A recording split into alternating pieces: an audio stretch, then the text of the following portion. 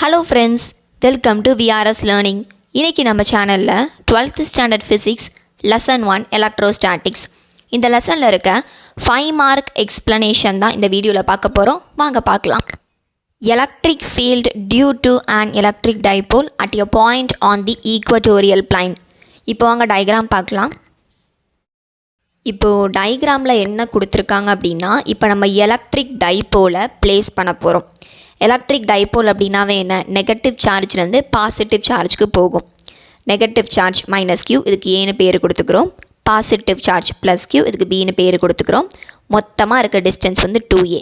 இது வந்து ஏ, இது வந்து ஏ. ஓகேவா, மிட் பாயிண்ட் வந்து ஓ அப்படின்னு எடுத்துக்கிட்டோம். நெக்ஸ்ட்டு சி அப்படிங்கிற பாயிண்ட்டை நம்ம எக்ஸ்டெண்ட் பண்ண போகிறோம். ஆக்சியல் லைனில் பார்த்திங்க அப்படின்னா இது எக்ஸ் ஆக்சிஸ்லேயே போகும். இப்போ வந்து இது ஈக்குவட்டோரியல் பிளைனாக இருக்கனால இந்த சைட் போகுது. ஓகேவா, சிங்கிற பாயிண்ட்டை இங்கே நம்ம எக்ஸ்டெண்ட் பண்ணியிருக்கோம். இப்போ எலக்ட்ரிக் ஃபீல்டு பாசிட்டிவாக வர்றது அவுட்வேர்ட்ஸாக போகுது இந்த சைடு. இதே நெகட்டிவாக வர எலக்ட்ரிக் ஃபீல்டு வந்து இன்வேர்ட்ஸாக இங்கே வருது. ஓகேவா, இங்கே ஒரு ஆங்கிள் க்ரியேட் ஆகுது, இங்கே ஒரு ஆங்கிள் க்ரியேட் ஆகுது. ஓகேவா, இப்போ அந்த சிங்கிற பாயிண்ட்டு ஓங்கிற மிட் பாயிண்ட்லேருந்து 6ங்கிற டிஸ்டன்ஸில் இருக்குது அப்படின்னு சொல்கிறாங்க.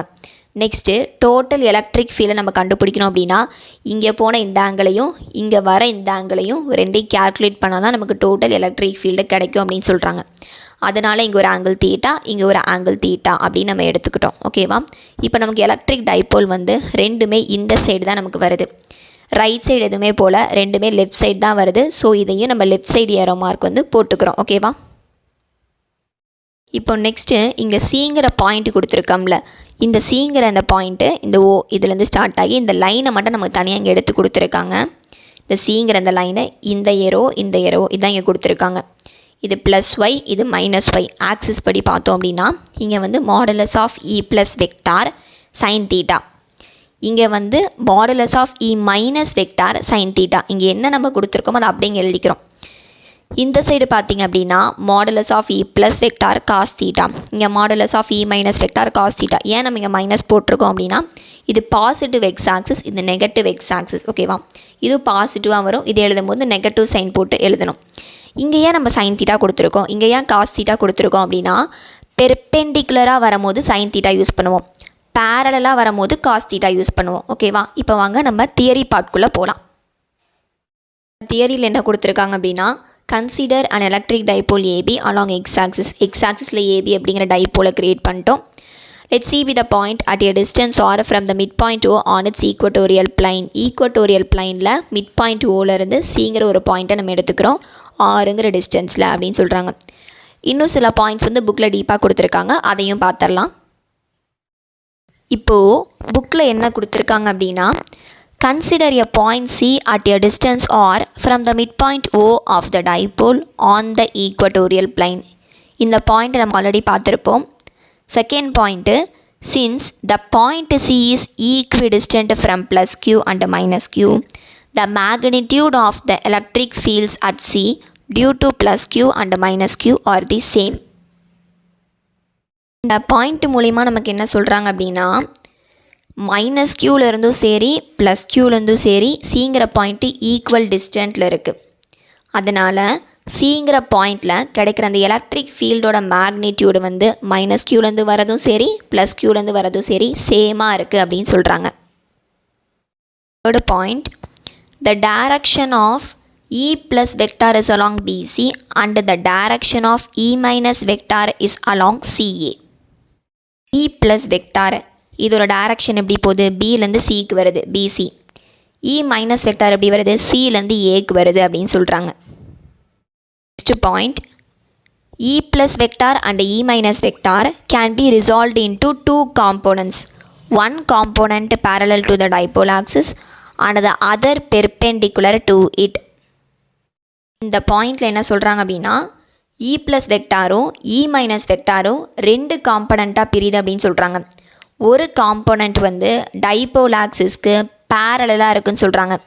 நம்ம புக்கை இப்படி வச்சு பார்க்கணும், டைப்போல் ஆக்சிஸ்க்கு பேரலாக போகுது, இன்னொன்று வந்து பெர்பெண்டிகுலராக போகுது. ஓகேவா, since perpendicular components modulus of E plus vector sine theta and modulus of E minus vector sine theta are equal in magnitude and oppositely directed, they cancel each other. The magnitude of the total electric field at point C is a sum of the parallel components of E plus vector and E minus vector and its direction is along minus P vector.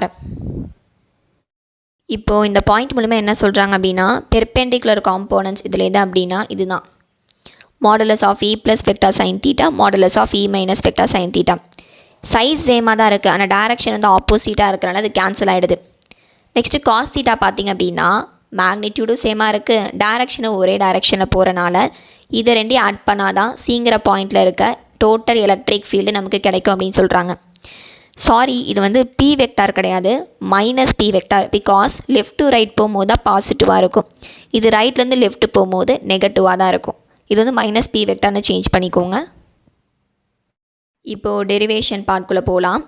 The magnitude of electric field at c due to plus q மூலயமா சிங்கிற பாயிண்டில் இருக்க electric ஃபீல்டோட magnitude அப்படின்னா modulus போட்டுக்கணும். அப்போ இங்கே unit vector போட தேவையில்லை. ஃபார்முலா என்ன, 1/4πε0 q/r². இங்கே பிசின்னு இருக்கனால ப்ளஸ் கியூ, அதனால் பிசி ஸ்கொயர் அப்படின்னு எடுத்துக்கிறோம். பிசி ஸ்கொயருக்கு என்ன வேல்யூ அப்படின்னா இதை நீங்கள் ஒரு தனியாக ஒரு ட்ரையாங்கிள் மாதிரி கன்சிடர் பண்ணிக்கோங்க. இது வந்து ஹைப்போட்டென்யூஸ் வேணும்னா என்ன, அட்ஜசன்ட் சைடையும் ஆப்போசிட் சைடையும் நம்ம ஆட் பண்ணணும் அப்படின்னு அர்த்தம். ஸ்கொயர் பண்ணி ஆட் பண்ணணும். இப்போ இங்கே இருக்க r² இங்கே இருக்க a² சேர்ந்தால் தான் நமக்கு ஹைப்போட்டென்யூஸ் கிடைக்கும். அதுக்கு தான் பிசி ஸ்கொயருக்கு பதிலாக r² + a² அப்படின்னு கொடுத்துருக்காங்க. நெக்ஸ்ட்டு பார்த்திங்க அப்படின்னா the magnitude of electric field at c due to minus q மூலயமா சிங்கிற பாயிண்டில் இருக்க எலக்ட்ரிக் ஃபீல்டுடைய மேக்னிடியூட் பார்க்க போகிறோம். Modulus of E minus vector வந்து 1/4πε0 இன்ட்டு மைனஸ் கியூ. டிஸ்டன்ஸ் பார்த்திங்க அப்படின்னா மைனஸ் கியூ அப்படின்னு பார்க்கும்போது இங்கேருந்து இதுக்கு வருது. ஸோ ஏசி தான் இருக்குது டிஸ்டன்ஸ், ஏசி ஸ்கொயர். இப்போ நமக்கு ஏசி ஸ்கொயரோட வேல்யூ தெரியணும் அப்படின்னா இதுவும் நம்ம ஒரு ட்ரையாங்கிளாக கன்சிடர் பண்ணிக்கிறோம். ஹைப்போட்டென்யூஸ் வேணும் அப்படின்னா அட்ஜசன்ட்டையும் ஆப்போசிட்டையும் ஸ்கொயர் பண்ணி ஆட் பண்ணணும். அப்போ r² + a², இதுக்கும் அதே வேல்யூ தான் வரும். ஓகேவா. மாடுலஸ் ஆஃப் இ மைனஸ் வெக்டாரோட வேல்யூ வந்து 1/4πε0 இன்ட்டு -q/r² + a². இப்போது நெக்ஸ்ட் இந்த பாயிண்ட்ஸில் நம்ம ஆல்ரெடி பார்த்துருப்போம். மோரோவர் இது ரெண்டுத்தோட மேக்னிடியூடு சேமாக இருக்குது. Perpendicular components இந்த ரெண்டுமே are equal in magnitude and oppositely directed, so they cancel each other. Next parallel components வந்து magnitude direction ரெண்டுமே சேமாக இருக்குது, அதனால் அதை ஆட் பண்ணிக்கிறோன்னு சொல்கிறோம். இப்போ E வெக்டார் டோட்டலாக வேணும் அப்படின்னா அந்த parallel component ரெண்டையும் நம்ம ஆட் பண்ணிக்க போகிறோம். ஓகேவா. இப்போது அந்த parallel component என்ன, modulus of E plus vector cos theta modulus of E minus vector cos theta. முன்னாடி நம்ம மைனஸ் போட்டுக்கிறோம், ஏன்னா இது வந்து நெகட்டிவ் எக்ஸ் ஆக்சிஸ். இப்போ அதே மாதிரி போட்டுக்கிறோம். Modulus of E plus vector cos theta minus, இங்கேயும் minus modulus of E minus vector cos theta. இங்கேயே நம்ம பி கேப் போட்டிருக்கோம் அப்படின்னா இங்கே வெக்டார் இருந்துச்சுன்னா கண்டிப்பாக இங்கே ஒரு யூனிட் வெக்டார் இருக்கணும், அதனால் பி கேப் யூஸ் பண்ணியிருக்கோம். ரெண்டுத்துலேயும் மைனஸ் இருக்கனால மைனஸை காமனாக எடுத்துட்டோம் அப்படின்னா இங்கே இடையில ப்ளஸ் ஆகிடும். நம்ம ஆல்ரெடி பார்த்துட்டோம் மேக்னிடியூட் வந்து ரெண்டுமே வந்து சேம்னு பார்த்துட்டோம். அப்போ வந்து மாடுலஸ் ஆஃப் இ ப்ளஸ் வெக்டாரும் மாடுலஸ் ஆஃப் இ மைனஸ் வெக்டாரும் சேம் அப்படின்னு சொல்லிட்டாங்க. சேம்னு சொன்னனால நம்ம இ மைனஸ் வெக்டார் இருக்கிற இடத்துலையும் இ ப்ளஸ் வெக்டார் அப்படின்னு ரீப்ளேஸ் பண்ணிக்க போகிறோம். இங்கே இருக்கிறத அப்படியே எழுதிக்கிறோம், ப்ளஸ்ஸு இ மைனஸ்க்கு பதிலாக இ ப்ளஸ் எடுத்துக்கிறோம். இப்போ பார்த்தீங்கன்னா modulus of E plus vector cos theta p cap 2 time இருக்கனால 2 போட்டு எழுதிக்கிறோம். -2 அப்படியே வச்சுக்கோங்க. Modulus of E plus vector இதுக்கு நம்ம ஆல்ரெடி கண்டுபிடிச்சிருப்போம். 1/4πε0 into q/r² + a². அப்படியே அதை எடுத்துகிட்டு வந்து இந்த இடத்துல ரீப்ளேஸ் பண்ணிடுறோம். காஸ் தீட்டா அப்படியே வச்சுக்கோங்க, பி கேப் அப்படியே வச்சுக்கோங்க. இப்போ நெக்ஸ்ட் ஸ்டெப்பில் பார்த்திங்க அப்படின்னா காஸ் தீட்டாக்கு பதிலாக இங்கே நம்ம வந்து ஒரு வேல்யூ ரீப்ளேஸ் பண்ணியிருக்கோம். அது எப்படி அந்த வேல்யூ வந்துச்சு அப்படின்னா முன்னாடி இந்த டயக்ராம் ட்ரா பண்ணியிருக்கோம்ல, இதில் இந்த ட்ரையாங்கிள் மட்டும் பாருங்கள். இந்த டயக்ராமில் ஃபுல்லாக பார்த்தா புரியாது, இங்கே நான் தனியாக ட்ரா பண்ணியிருக்கேன். OBC இதோட டிஸ்டன்ஸ் வந்து A, இதோட டிஸ்டன்ஸ் வந்து R. இப்போ காஸ் தீட்டானா என்ன formula, adjacent side by hypotenuse. Adjacent side A இருக்குது, A பை ஹைப்போட்டென்யூஸ் நம்ம எப்படி கண்டுபிடிப்போம், BC² = OB² + OC². OBயோட வேல்யூ A² + OCயோட வேல்யூ R².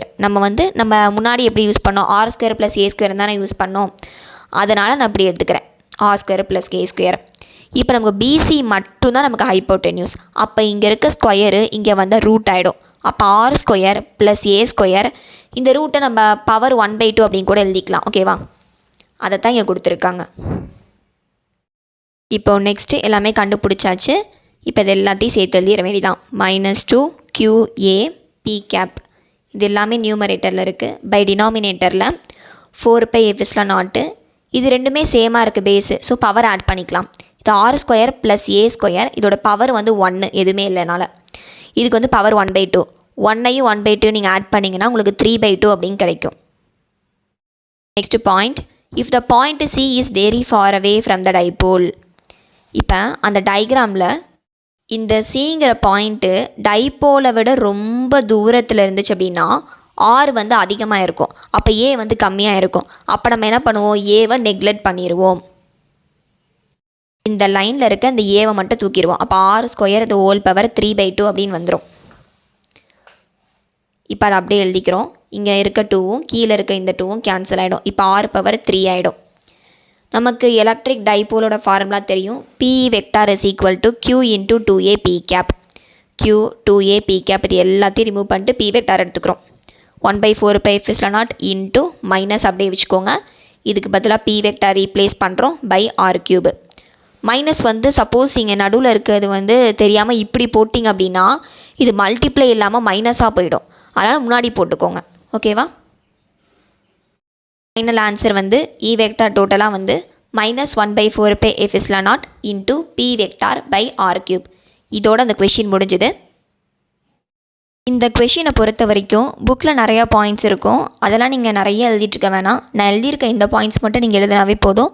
ஷியோராக 5 மார்க்ஸ் போட்டுருவாங்க.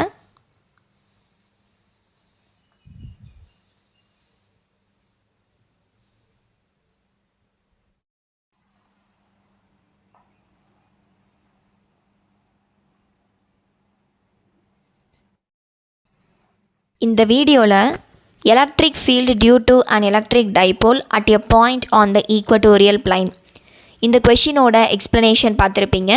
நெக்ஸ்ட் வீடியோவில் electrostatic potential at a point due to an electric dipole, இந்த 5 மார்க்கோட எக்ஸ்ப்ளனேஷன் பார்க்கலாம். இந்த வீடியோ உங்களுக்கு பிடிச்சிருக்கும் நம்புகிறேன். கண்டிப்பாக உங்கள் ஃப்ரெண்ட்ஸ்க்கும் ஷேர் பண்ணுங்கள், அவங்களுக்கும் யூஸ்ஃபுல்லாக இருக்கும். தேங்க்ஸ் ஃபார் வாட்சிங்.